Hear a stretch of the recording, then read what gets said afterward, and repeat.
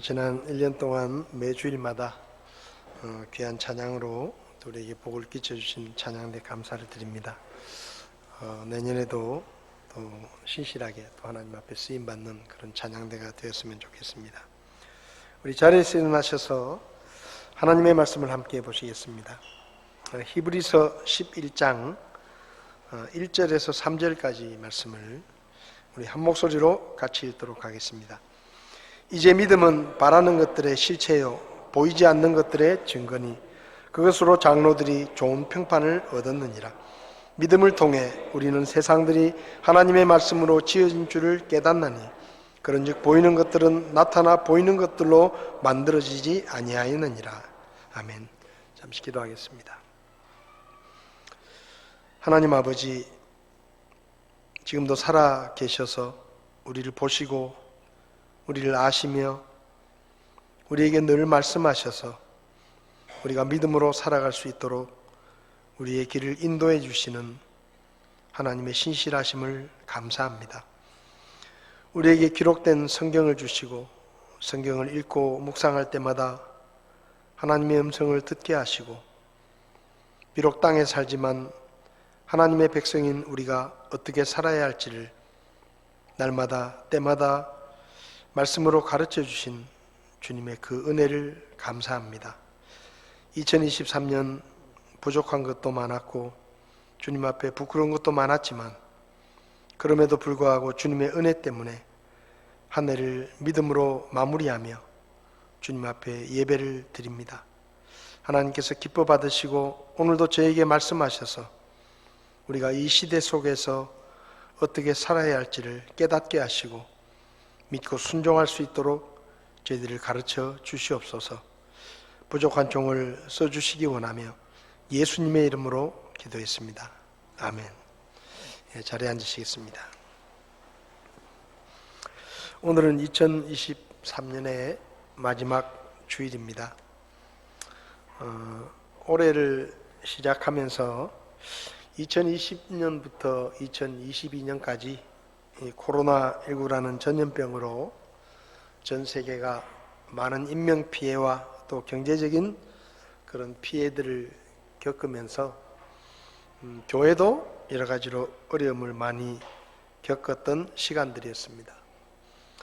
교회 역사상 처음으로 예배당 문을 닫고 온라인으로 예배를 드리는 소위 말해서 비대면 예배라는 새로운 말이 생겨나기도 하고 각종 모임과 교제들이 다 중단되고 또 많은 성도들이 교회를 떠나는 그런 일들도 있었습니다. 이야기를 들어보면 코로나 이후에 아직도 교회로 돌아오지 않은 그런 성도들이 적지 않다라는 이야기를 듣고 있습니다. 이런 시대적인 상황 속에서 올해를 시작하면서 우리의 좀 게을러졌던 믿음들, 우리가 좀 연약해져 있는 부분들을 좀 회복했으면 좋겠다, 그런 마음을 가지고 선진들의 믿음을 회복하라라는 주제로 말씀을 나누었는데 첫 주일에 나눈 말씀이 오늘 이 바로 본문의 말씀입니다. 지난 1년 동안 주일 아침에 혹시 식어졌을지도 모르는, 어쩌면 게을러져 있는 우리의 믿음이 좀 더 회복되고 처음 주님을 만났을 때 그 믿음의 열정과 또 주님을 향한 그 첫사랑이 회복되기를 원하는 그런 마음으로 말씀을 나누었습니다. 그렇게 1년이 지나갔습니다. 어떻습니까? 여러분의 믿음이 좀 회복이 되셨나요? 어떻게 주님께 좀 더 가까이 가신 것 같습니까? 주님을 향한 처음 주님을 만났을 때 눈물을 흘리며 감격했던 그 첫사랑, 어쩌면 그 풋풋하지만은 뜨거웠던 그 첫사랑이 어느 정도 회복이 되었는지, 또 처음 주님을 만났을 때 내 목숨까지도 주님께 아낌없이 바치겠다라고 다짐했던 그런 우리의 마음들이 그 열정이 얼마나 회복이 되었는지 우리 자신을 한번 돌아보면서 올해 처음 나누었던 이 말씀을 다시 한번 나누었으면 좋겠습니다.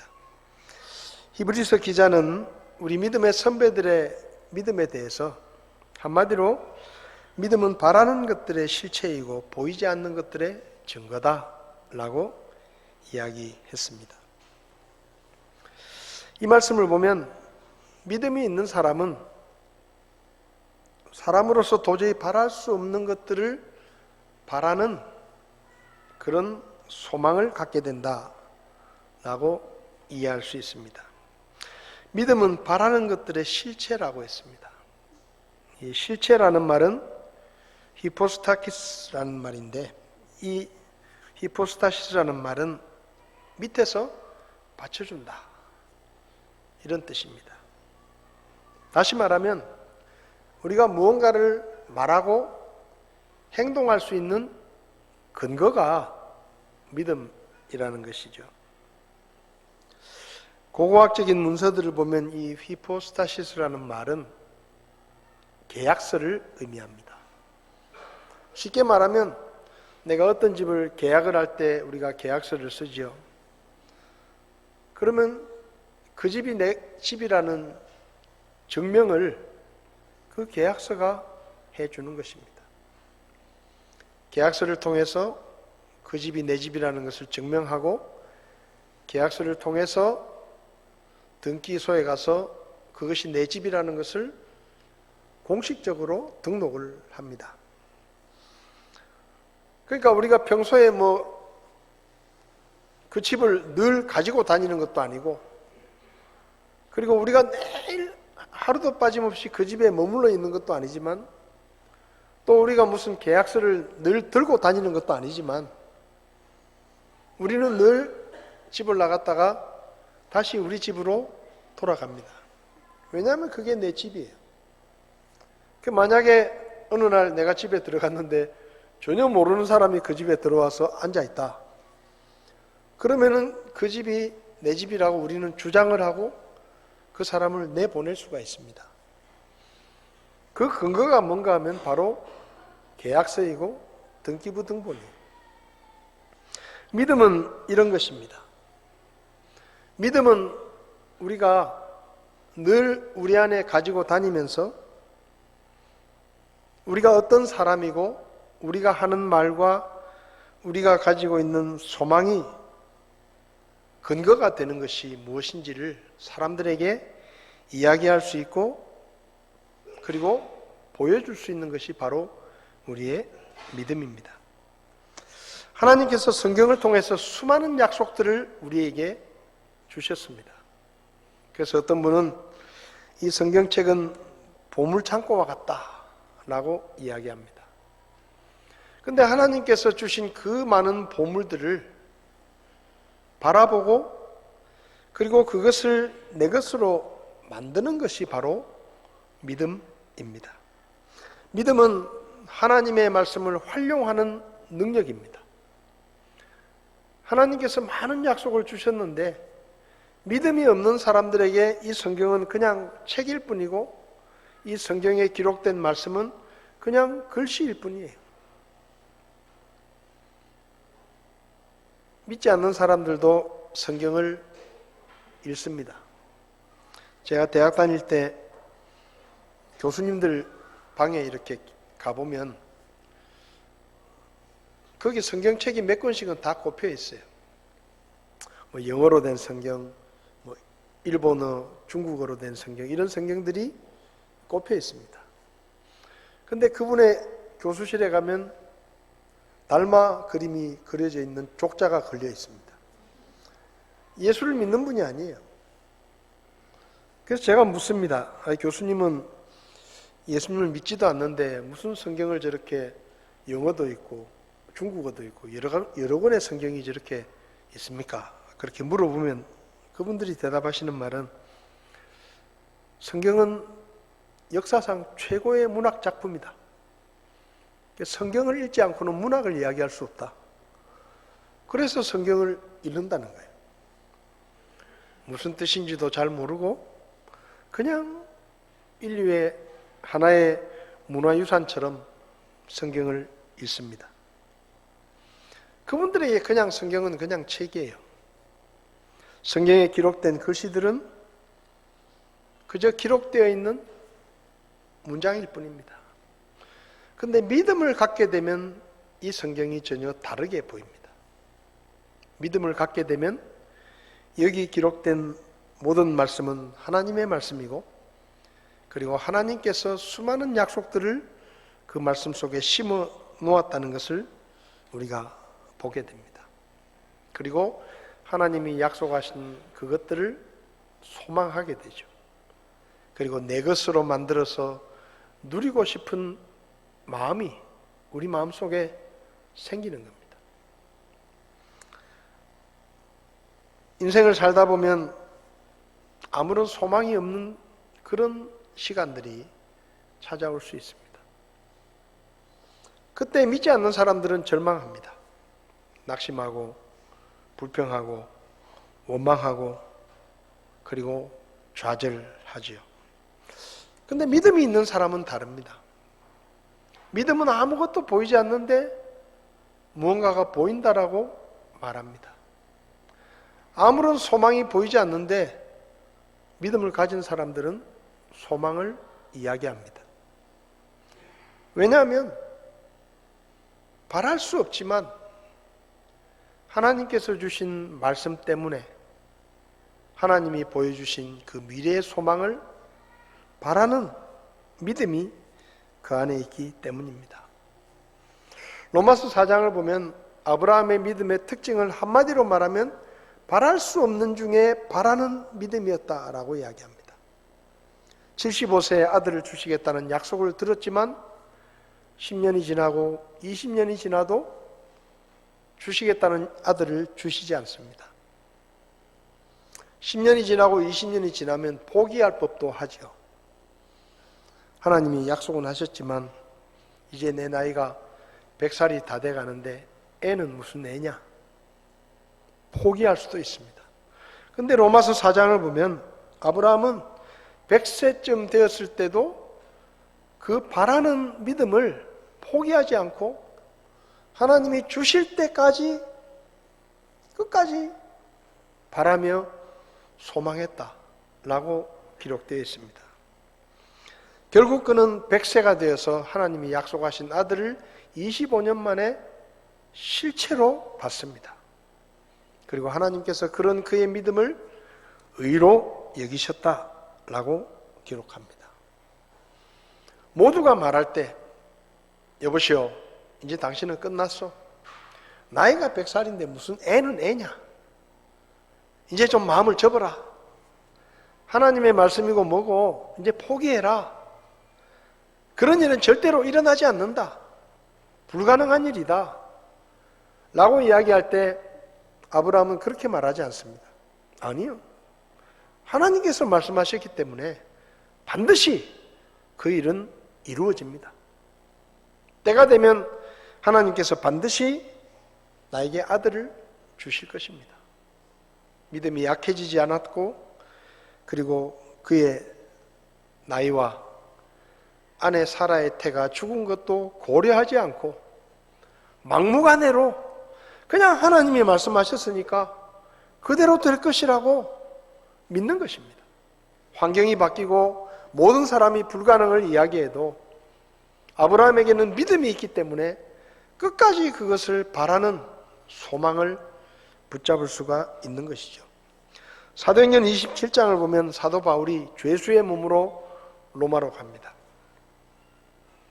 하나님께서 사도 바울에게 로마도 보아야 하리라 라고 말씀하셨는데, 사도 바울이 몇 번이나 로마에 가고 싶었지만 이상하게 길이 막히고 여건이 열리지 않았는데 그의 생애 마지막으로 로마로 가는데 죄수의 몸으로 갑니다.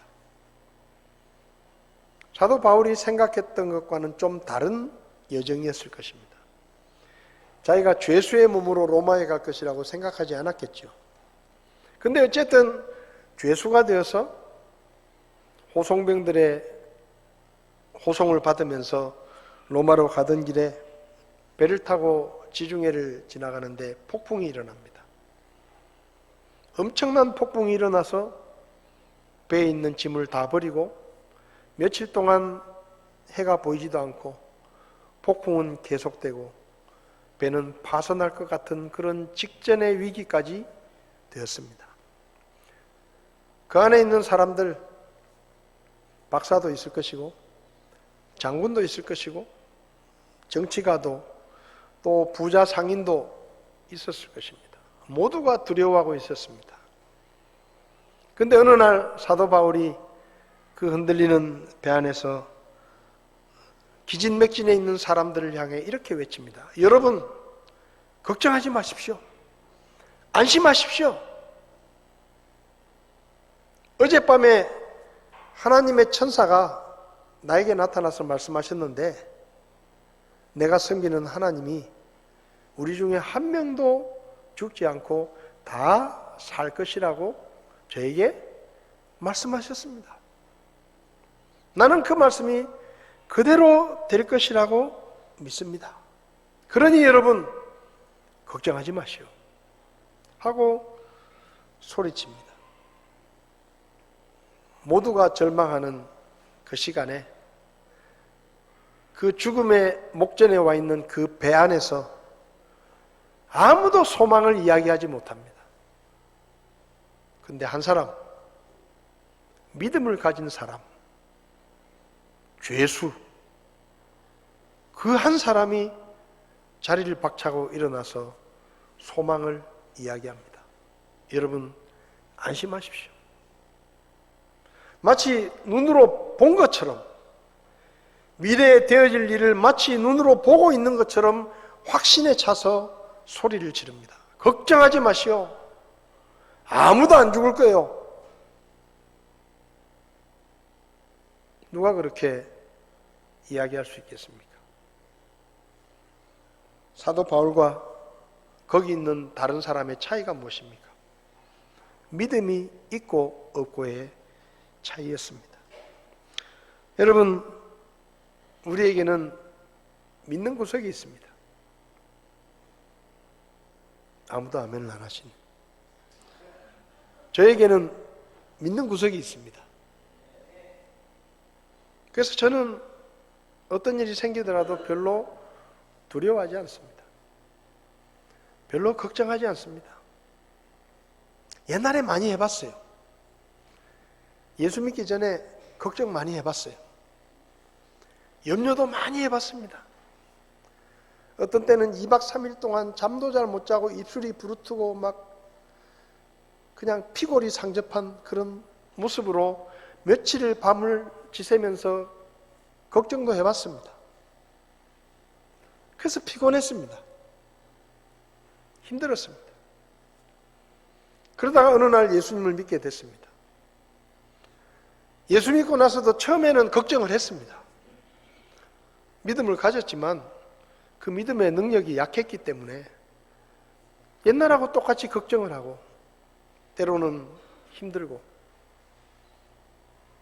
그러다가 어느 날 어떤 일이 생겨가지고 한 이틀을 잠을 잘 못 자고 막 고민을 하다가 무슨 생각이 들었는가 하면요, 내가 왜 이렇게 바보 같은 짓을 하고 있냐, 이런 생각이 들었어요.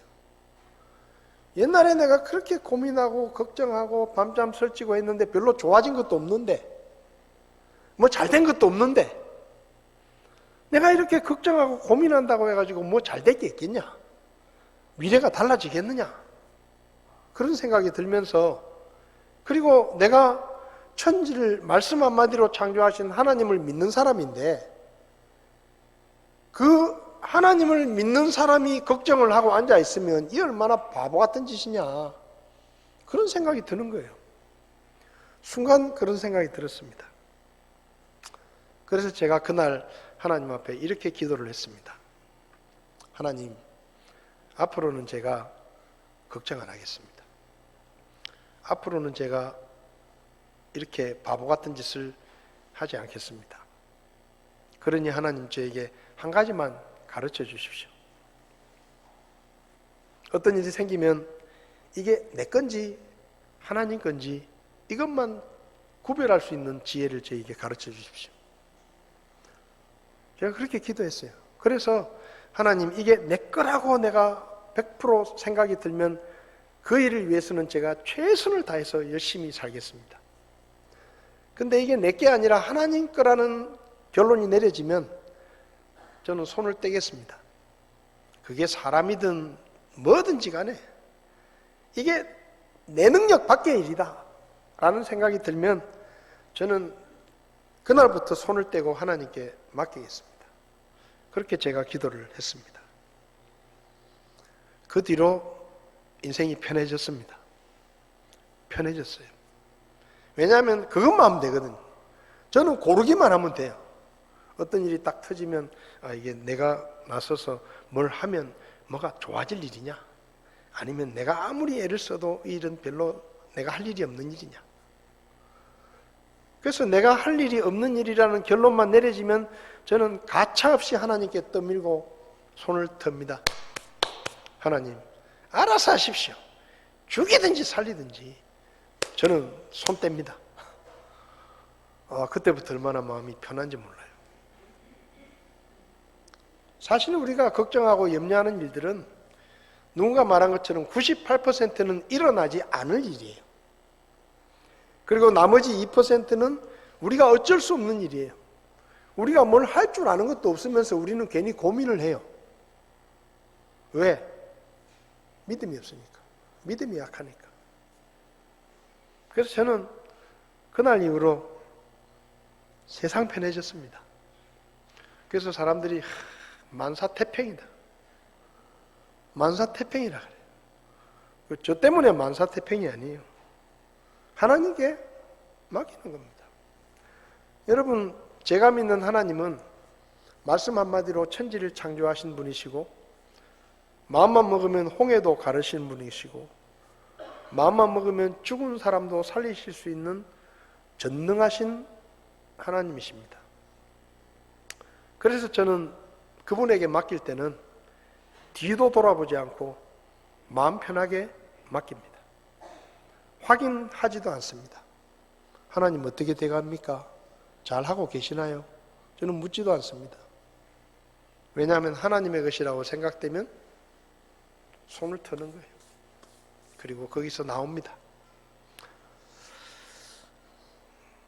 여러분, 믿음은 그런 것입니다. 믿음은 바랄 수 없는 것들을 바라는 것입니다. 하나님께 맡기는 거예요.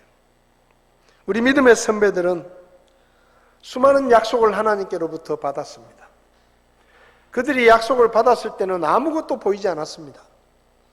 그런 일이 일어날 것이라고는 아무도 상상할 수 없었습니다. 지팡이를 내밀어라, 홍해가 갈라질 것이다. 누가 그걸 상상하겠습니까? 누가 그걸 이해할 수 있겠어요? 근데 바라는 거예요. 하나님께서 말씀하셨으니까 그대로 될 것이라고 믿고 바라면서 지팡이를 내미는 겁니다. 그게 믿음이에요. 그게 우리 믿음의 선배들의 믿음이에요. 하나님께서 우리에게 원하시는 믿음은 그런 믿음입니다.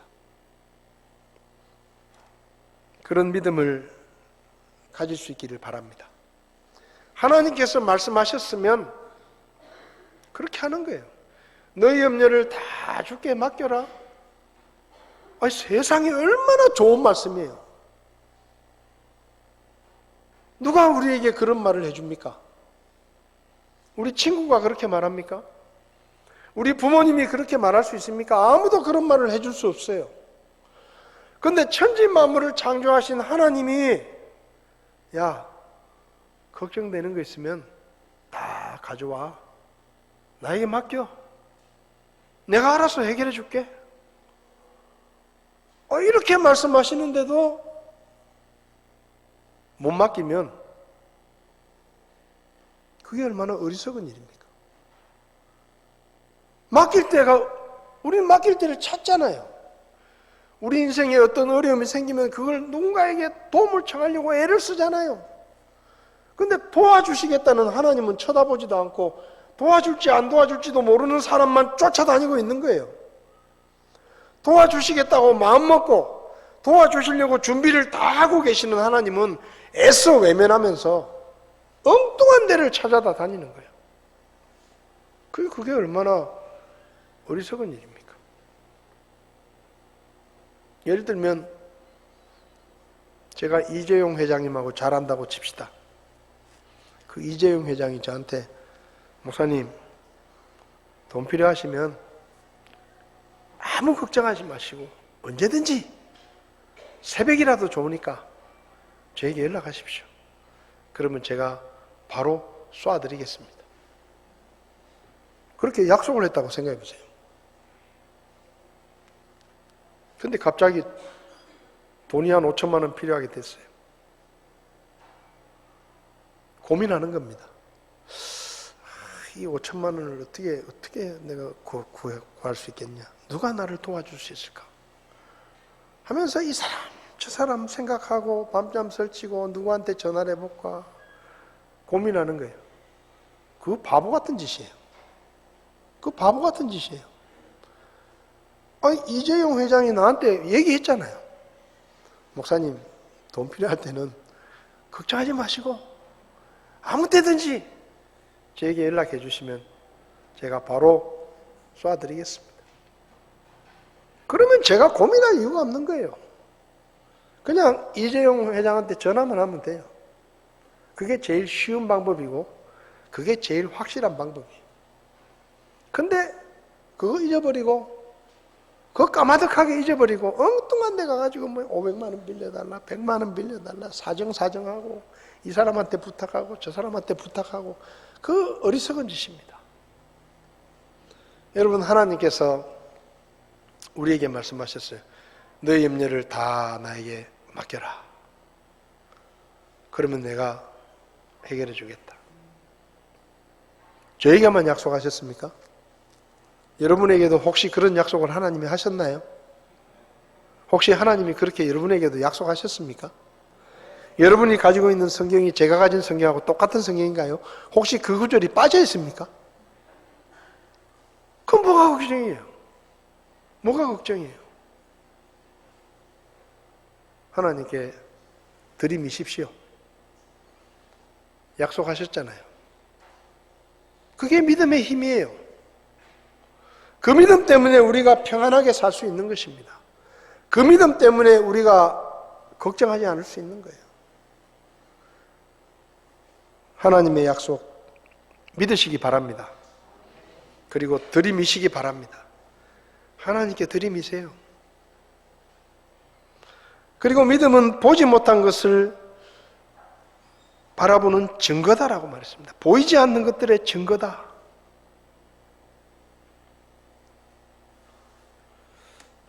믿음은 보지 못한 과거를 보게 만듭니다.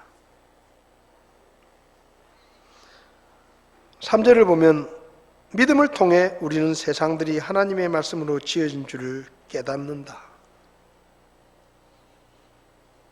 창세기 1장 1절에 하나님께서 하늘과 땅을 창조하셨다라고 기록되어 있습니다.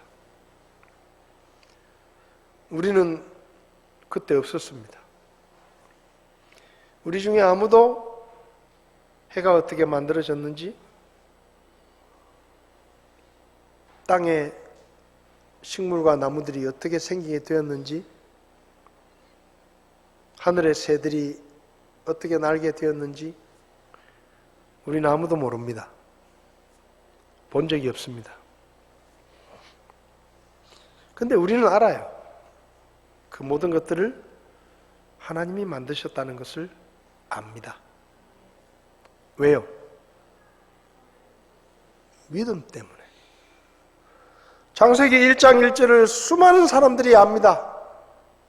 과학자들도 압니다. 많은 사람들이 압니다.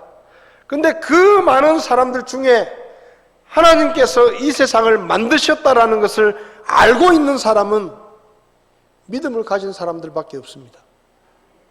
나머지 사람들에게 그 창세기 1장 1절은 그냥 거짓말일 뿐이에요. 누군가 꾸며낸 얘기예요. 사실이 아니에요. 근데 우리에게는 그게 사실이에요. 뭐가 다릅니까? 똑같이 초등학교, 중학교, 고등학교, 대학교 다니면서 똑같은 학문을 배우고 똑같은 과학 배웠잖아요. 근데 왜 우리는 생각이 다릅니까? 왜 우리는 다른 것을 이야기합니까? 차이는 한 가지밖에 없어요. 우리는 믿는 사람들이거든. 대부분의 사람들이 뭐 135만 년 전에 어쩌고 저쩌고 200만 년 전에 어쩌고 저쩌고 우리는 그걸 믿지 않아요. 그렇게 배웠어요. 학교 다닐 때.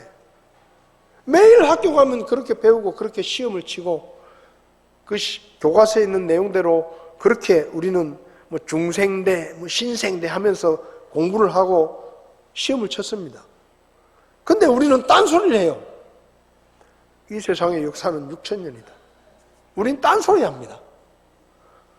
옛날에 우리나라의 무슨 장관 후보자 중에 한 사람이 후보가 됐는데 뭐 이 세상 역사는 6,000년이다 이야기가 장관 후보에서 사퇴를 했습니다. 그분이 믿음 때문에 그렇게 이야기하는 거예요. 그렇게 말 안 하면 장관이 될 수 있는데 믿음 때문에 그걸 차마 부인을 못하는 거예요. 나는 이렇게 믿는다는 것입니다. 장관을 못해도 좋다. 나는 그렇게 믿는데 그게 사실인데 장관 자리보다 그게 사실이라는 게 더 중요한 거예요. 그 사람에게는. 왜 그렇게 합니까?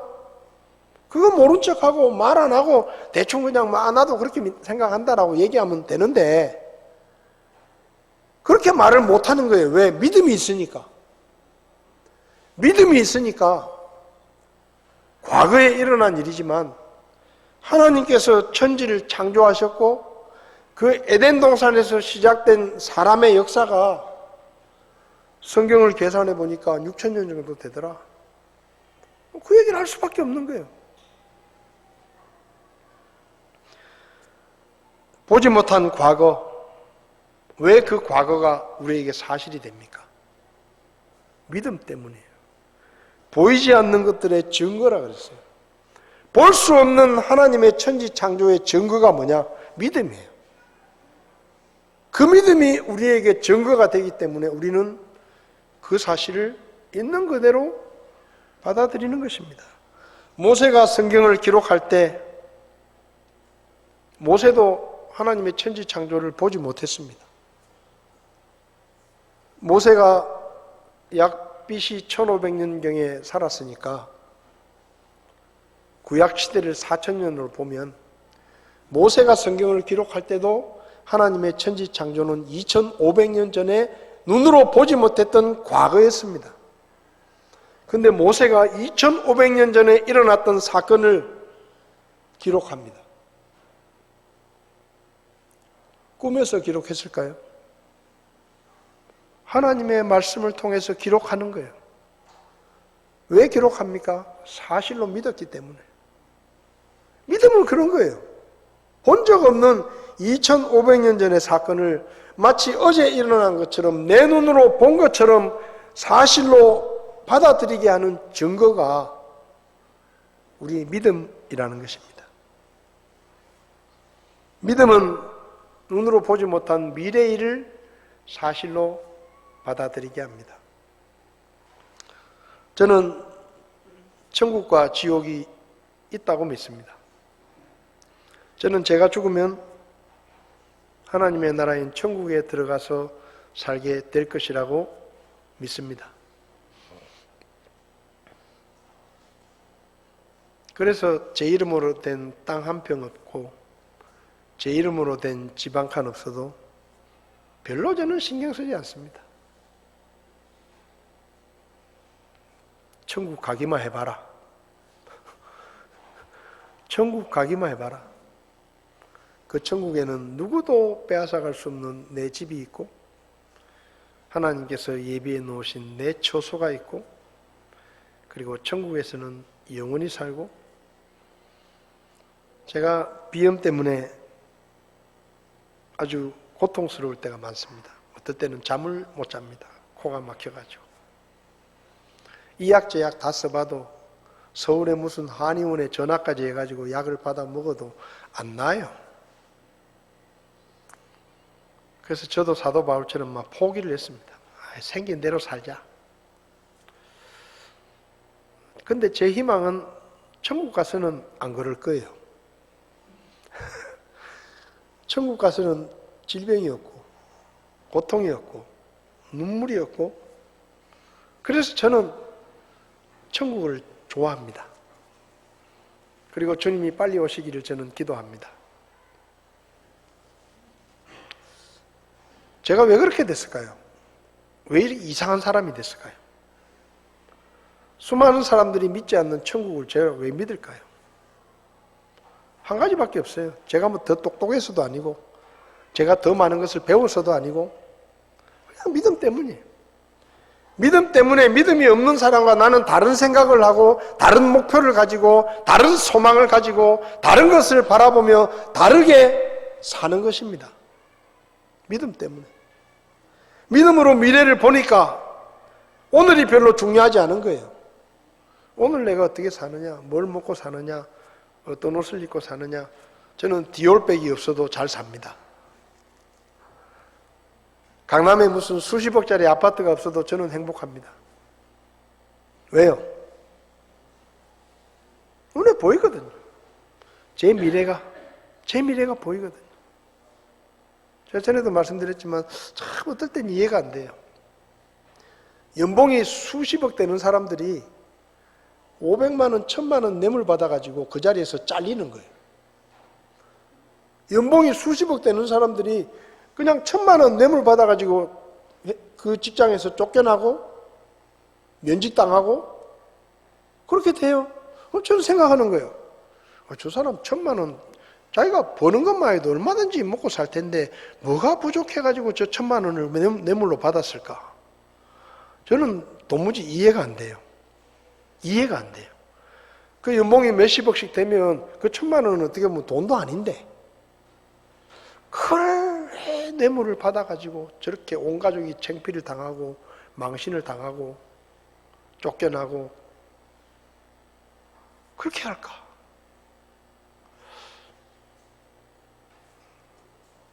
여러분, 이 세상만 보는 사람들은 그럴 수 있는 거예요. 이 세상만 보면. 근데 저 위를 보는 사람들은 그게 별로 안 중요해요. 별로 안 중요해요. 믿음이 없는 사람들은 천국을 보지 못합니다. 그래서 이 세상보다 훨씬 더 좋은 천국이 있다는 것을 몰라요. 그래서 이 세상이 좋은 거예요.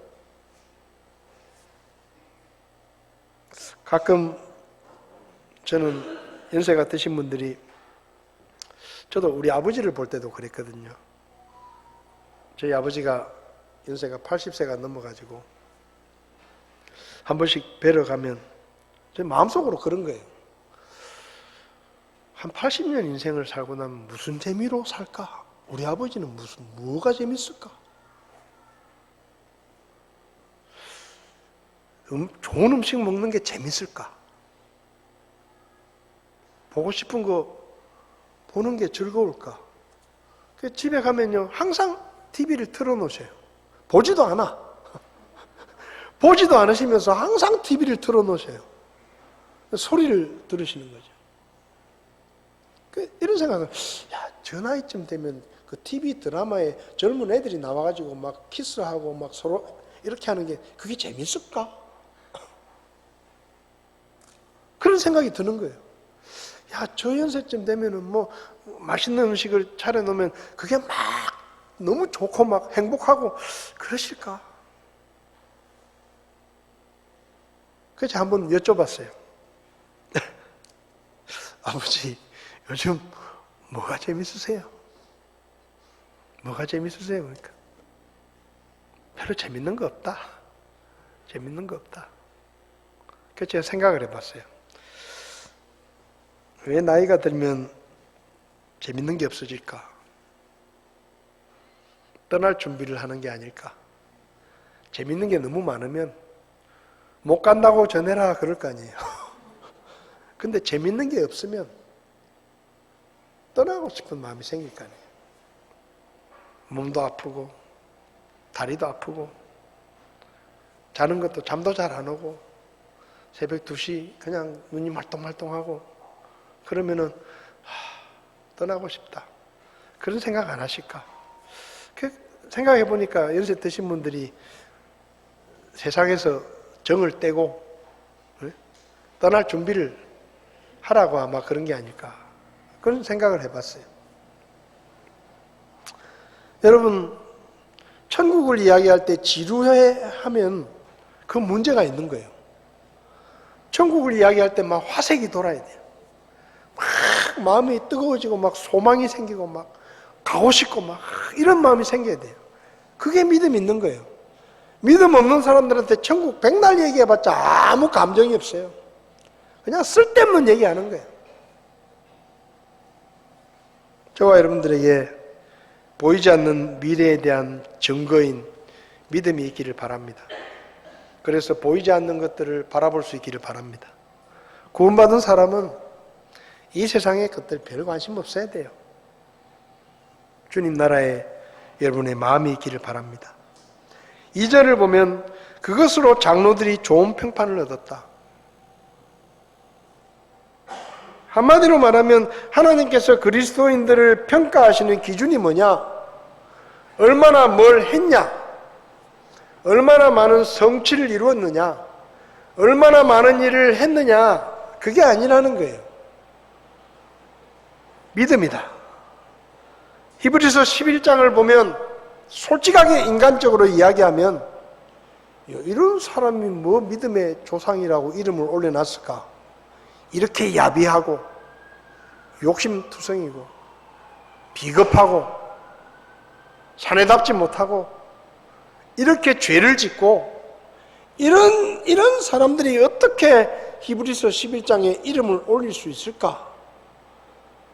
평생 이방인으로 기생으로 살았는데 그런 사람의 이름이 왜 히브리서 11장에 기록되어 있을까? 이해할 수 없을 수 있습니다. 근데 하나님이 그들의 이름을 여기 기록해 놓으신 것은 그들의 믿음 때문이에요. 다른 건 잘 모르더라도 마치 이런 겁니다. 학교에서 시험을 칩니다. 다른 과목은 다 50점, 60점이에요. 근데 영어는 100점이에요. 영어는 100점. 그러면 영어 성적만 기준으로 하면 얘가 1등이에요. 그렇잖아요?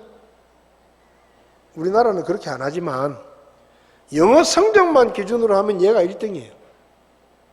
맞죠? 하나님께서 우리의 인생을 평가하실 때 우리가 뭘 얼마나 했느냐, 그게 중요한 게 아니에요. 그 일을 행할 때 믿음으로 했느냐, 이게 중요한 거예요. 믿음으로 했느냐. 어떤 일을 이루었을 때 그가 믿음으로 했느냐, 하나님 때문에 했느냐, 아니면 자기 욕심을 위해서 했느냐, 이게 평가의 기준이에요. 하나님께서 이들의 믿음을 평가하십니다. 하나님께서 우리의 삶도 평가하십니다. 우리의 삶의 평가는 우리가 죽어서 우리의 관뚜껑이 덮이는 날에 우리의 인생이 평가될 것입니다. 사는 동안에 이러니 저러니 이 사람 이렇게 말하고 저 사람 저렇게 말하고 그거 별로 중요한 거 아니에요.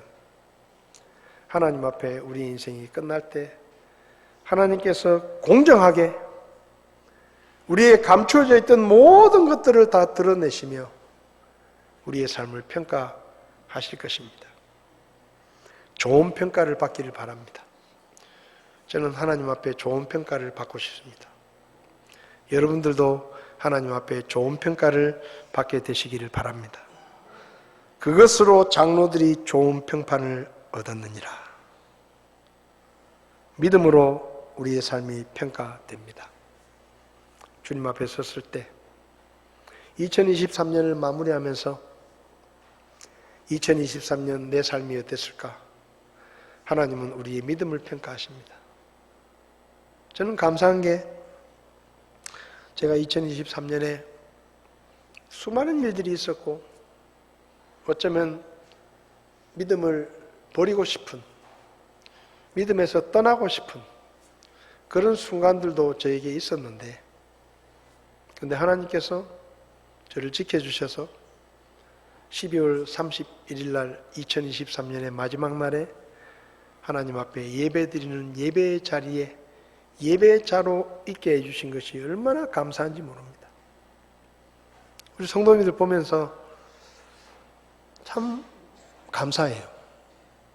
왜냐하면 2023년 인생에 수많은 일들이 있었고 마귀의 유혹이 있었고 시험에 빠질 때도 있었지만 2023년 12월 31일 마지막 주일에 여러분들이 지금 예배자의 자리에 앉아 계시잖아요.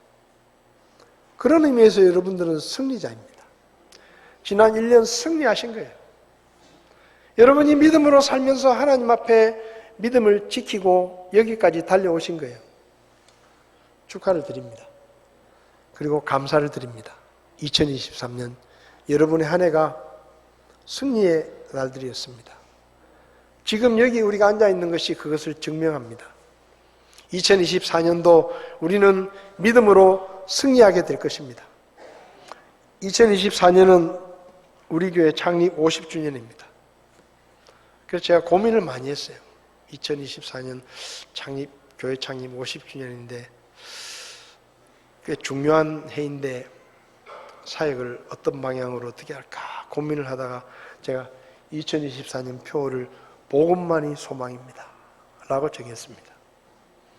2024년에는 복음을 전하는, 우리를 구원했던 그 하나님의 능력인 복음이 50주년을 맞아서 우리 교회에서 이 대구 지역으로 더 널리 전파되고 복음이 전해지고 영혼이 구원받는 그런 일에 쓰임받는 우리 교회가 되었으면 좋겠다. 그런 기도를 하게 되었습니다. 내년에는 2달에 한 번 정도 외부 강사 목사님을 초청하려고 합니다. 50주년이 되면 물론 우리 교회 행사에 비용을 많이 들여서 할 수도 있어요. 근데 저는 그것보다 우리가 선교하는 교회 목사님들 초청해서 격려하고 그분들을 세워드리고, 그리고 그동안 성서침례 교회 안에서 오랫동안 목회하시다가 은퇴하신, 전역하신 우리 원로 목사님들, 이런 분들을 좀 2달에 한 번 정도 모셔서 말씀도 듣고 우리가 격려도 하고, 또 우리가 선교하는 교회 목사님들을 코로나 기간 동안에 선교 초청 주의를 못했는데 내년에는 그렇게 우리 교회가 50년을 맞아서 어려운 교회들을 돕고 또 그동안 고생하셨던 분들을 격려하는 그런 한 해가 되었으면 좋겠다, 그런 생각을 가지고 우리 집사님들하고 의논을 했습니다. 그래서 내년에는 우리 교회를 통해서 복음이 더 왕성하게 전해지고 영혼이 구원받고 교회에 더해지고 또 우리가 선교하는 교회들이 더 성장하고 또 일평생 목회를 위해서 헌신하셨던 분들이 비록 적지만 우리 교회 섬김을 통해서 그분들이 보람을 느끼고 또 감동을 받는 그런 한 해가 되었으면 좋겠습니다. 내년에도 우리는 승리할 것입니다. 왜냐하면 승리를 주시는 주님께서 우리와 함께 계시고 우리와 함께 시작하시고 우리와 함께 끝맺으실 것을 믿기 때문에 올해 우리가 믿음 안에서 승리한 것처럼 내년에도 승리할 수 있기를 바랍니다. 우리 자리에서 일어나시겠습니다.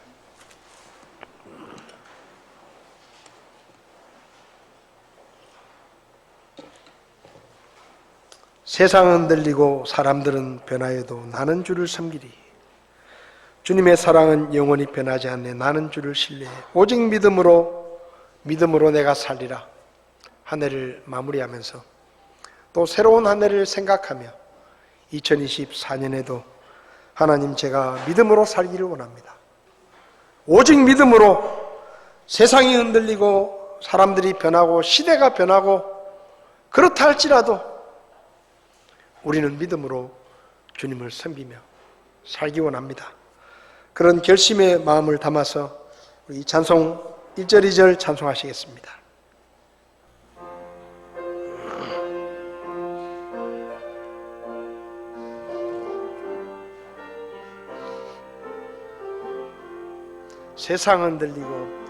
세상은 들리고 사람들은 변하여도 나는 주를 섬기리. 주님의 사랑은 영원히 변하지 않네. 나는 주를 신뢰해. 오직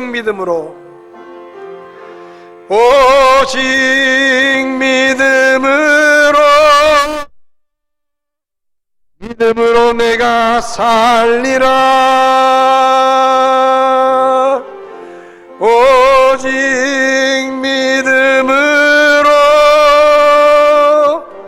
믿음으로 내가 살리라. 믿음은 들리고 사람들 주를 떠나도 나는 주를 섬기리. 주님의 나라는 영원히 쇠하지 않네.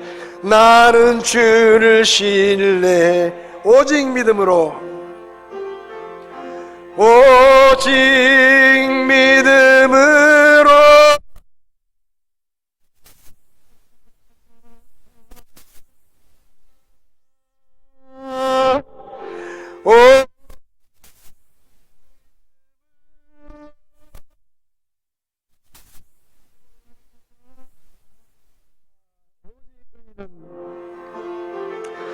오직 의인은 믿음으로 말미암아 살리라. 오직 의인은 믿음으로 말미암아 살리라. 다 찬송을 멈추시겠습니다. 다 눈을 감으시고 2023년 우리에게 승리를 주셨던 하나님을 기억하며 한 해를 마무리하고 2024년 우리에게 승리를 주실 하나님을 기대하며 믿음으로 살겠습니다. 사람들이 주를 떠나고 세상이 변하고 세상이 흔들리고 그렇다 할지라도 저는, 저희 가족은, 우리 교회는 믿음으로 살기를 원합니다. 하나님 도와주시옵소서. 우리 자녀들이 믿음으로 살기를 원합니다. 멀리 떨어져 있지만 그들이 믿음으로 살기를 원합니다. 하나님 도와주십시오. 우리가 흔들리지 않고 우리 교회가 흔들리지 아니하고 믿음으로 승리하는 새로운 한 해를 기대합니다. 하나님 도와주십시오.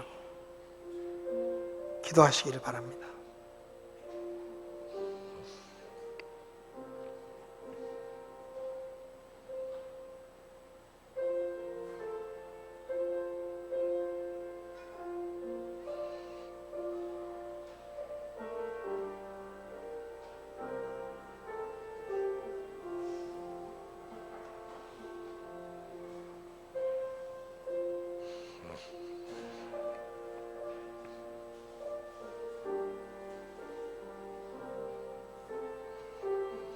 말씀 한마디로 천지 만물을 창조하신 창조주 하나님, 지난 한 해 그 창조주의 하나님의 능력과 도우심으로 겨자씨만한 믿음을 가진 저희들이었지만 한 해를 믿음으로 승리하게 하시고 한 해 마지막 날 예배자의 자리에서 시작할 때와 마찬가지로 여전히 하나님을 예배하며 하나님을 찬양하며 하나님께 영광을 돌리게 해주시니 감사와 찬양을 드립니다. 주님의 은혜였습니다. 돌아보면 모든 시간, 모든 날들이 하나님의 은혜였고 하나님의 축복이었습니다. 우리가 함께 주님을 섬기며 예배할 수 있는 것 하나님의 은혜입니다. 연로하신 어르신들 건강을 지켜주시고 이 한 해의 마지막 날에 함께 예배드리게 하신 것 하나님의 도우심과 하나님의 은혜 때문입니다. 우리 자녀들이 빗나가지 않고 믿음 안에 머물며 힘겹지만 학생의 때, 청년의 때를 보내며 믿음을 지킬 수 있었던 것, 하나님의 은혜 때문입니다. 코로나로 많은 교회들이 어려웠지만 우리 교회가 큰 어려움을 겪지 않고 지금까지 주님 앞에 쓰임받을 수 있었던 것, 하나님의 은혜였습니다. 감사합니다. 주님께 찬양을 돌려드립니다. 내년 한 해도 주님 드디어 오시면 2024년도 믿음으로 살기를 원합니다. 우리를 승리케 하실 하나님을 기대합니다. 하나님께서 우리를 붙드시고 도우시고 우리 가정과 우리 교회가 하나님 앞에 더 크게 쓰임받는 한 해가 될 수 있도록 우리 안에 믿음을 더해 주시옵소서. 모든 영광과 찬양을 하나님께 돌려드리며 예수님의 이름으로 기도했습니다. 아멘. 예배를 마치겠습니다.